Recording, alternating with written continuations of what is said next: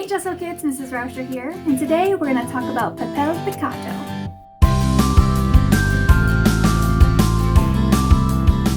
This is the name given to paper flags that you probably all have seen in the movie Coco. It is a common decoration used for Mexican celebrations. They are made out of tissue paper that are often actually chiseled into to create these patterns. By using these chisels, you can go through multiple sheets of tissue paper to create hundreds of these flags. Now, they're not just beautiful decorations, they have a huge history.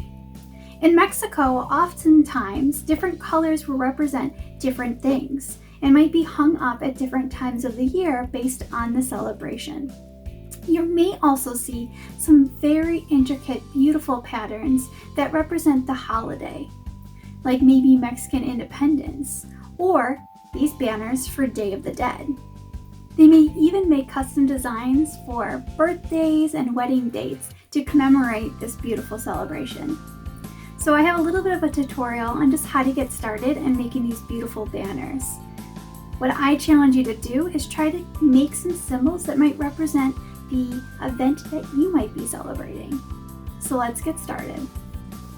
To make my Papel Picado, I have some sheets of tissue paper. It's like the same that you use when you wrap up your gifts. I grabbed a couple different colors, so I'm going to stack them on top of each other. And I'm going to cut my tissue paper to the size I want my banner to be. I'm going to try to cut through all of them at the same time. You can make your banners as big and as small as you would like. And what I'm going to do is just flatten it out.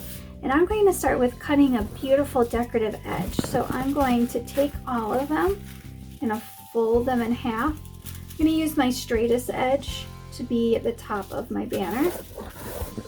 And you can draw this out if you want before you cut, but I think I'm going to cut a scalloped border at the bottom. You could do a zigzag line, you can just keep it flat. I'm just going to curve this up and just try to straighten out all of my banners.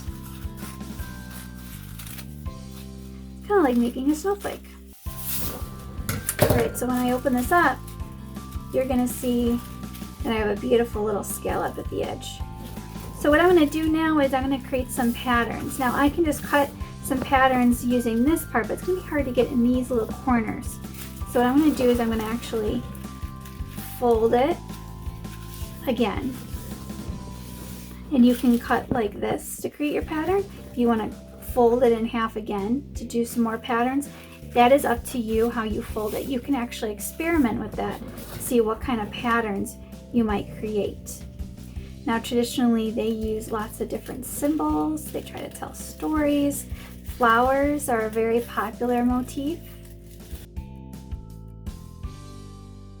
Okay, once you're done cutting, you can even do halfway, and I can, instead of unfolding the whole thing, I might cut right here, right in the middle of my pattern too. Be very gentle because tissue paper is a lot thinner than paper. All right, let's open this up and see what I got. And all that's left to do is I'm going to take some string. You could just use these and just tape them around your house if you want, but I'm going to take some string and actually make it so I can hang this up. So I'm going to make sure I have 4 of them, so I know this is 1, 2, 3, 4. I'm going to give a little extra so I can attach it somewhere in my house. And all you need to do is I'm just going to attach my banners with a little bit of tape.